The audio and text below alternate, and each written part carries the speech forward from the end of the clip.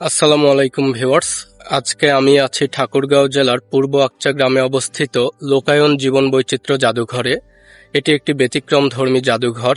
সাধারণত জাদুঘর বলতে আমরা যা বুঝি, এটি মোটেও সেই রকম কোনো জাদুঘর নয়।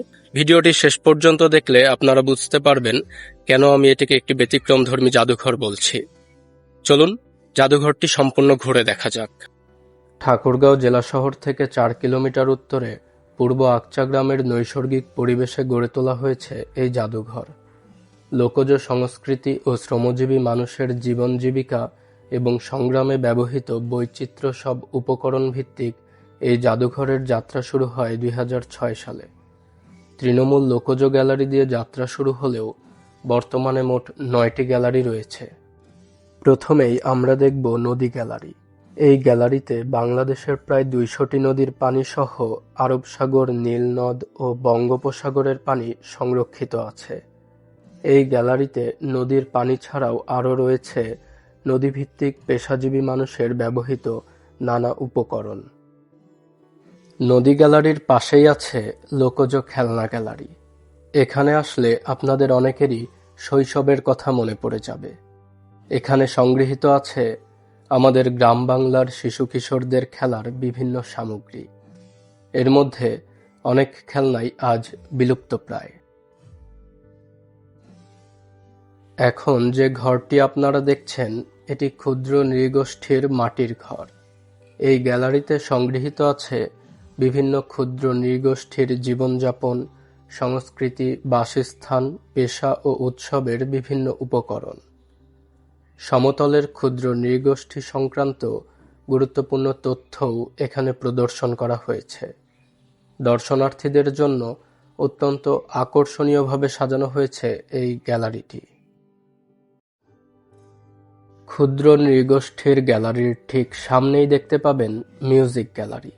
এখানে প্রাচীন সময় থেকে বর্তমান সময় পর্যন্ত গ্রাম বাংলার বিভিন্ন বাদ্যযন্ত্র সহ দেশি বিদেশি অনেক বাদ্যযন্ত্র সংগৃহীত আছে। এই গ্যালারিতে অপরিচিত অনেক বাদ্যযন্ত্র সম্পর্কেও জানতে পারবেন। এটি তৃণমূলের লোকজ গ্যালারি। মূলত এই গ্যালারিটি নিয়েই ২০০৬ সালে জাদুঘরটি যাত্রা শুরু করে। এই গ্যালারিতে রয়েছে শ্রমজীবী মানুষের জীবন জীবিকা, হাসি কান্না ও বিনোদনের বিচিত্র সব উপকরণ।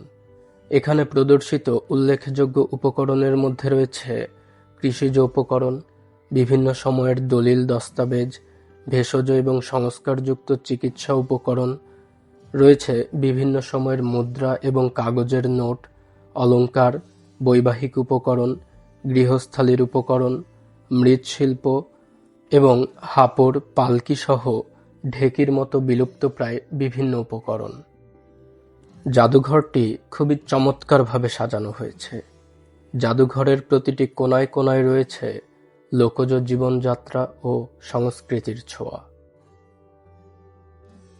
এখানে একটি বিজ্ঞান গ্যালারি আছে। প্রাচীন যুগ থেকে আজ পর্যন্ত বিজ্ঞানের যে ধারাবাহিকতা, সেটিই তুলে ধরার চেষ্টা করা হয়েছে এই গ্যালারিতে।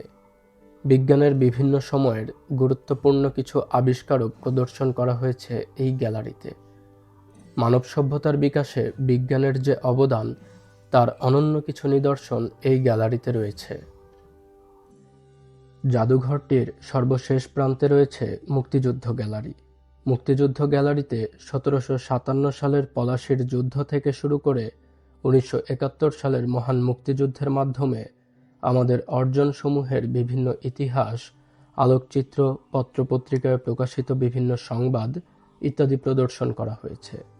এখানে রয়েছে মহান মুক্তিযুদ্ধে মুক্তিযোদ্ধাদের ব্যবহৃত বিভিন্ন উপকরণ, রণাঙ্গনের ইতিহাস এবং ছোট ছোট বোতলে দেশের বিভিন্ন জেলার বধ্যভূমির মাটি।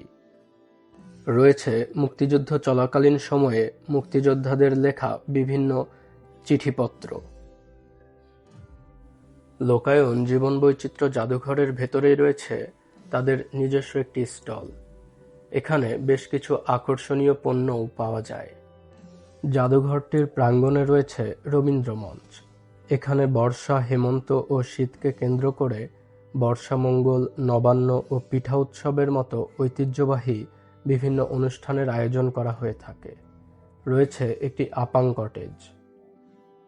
জাদুঘরটিতে সর্বশেষ সংযোজন করা হয়েছে একটি ইকো অর্কিড গ্যালারি।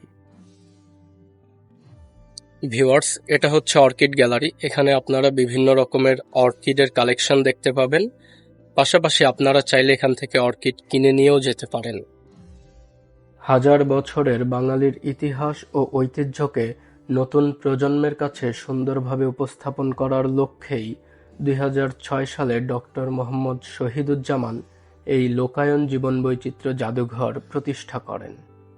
লোকায়ন জীবনবৈচিত্র্য জাদুঘরের বিশাল চত্বর জুড়ে প্রায় ৭০ ধরনের বিভিন্ন ফল এবং ১২০ ধরনের ঔষধি গাছগাছালি রয়েছে।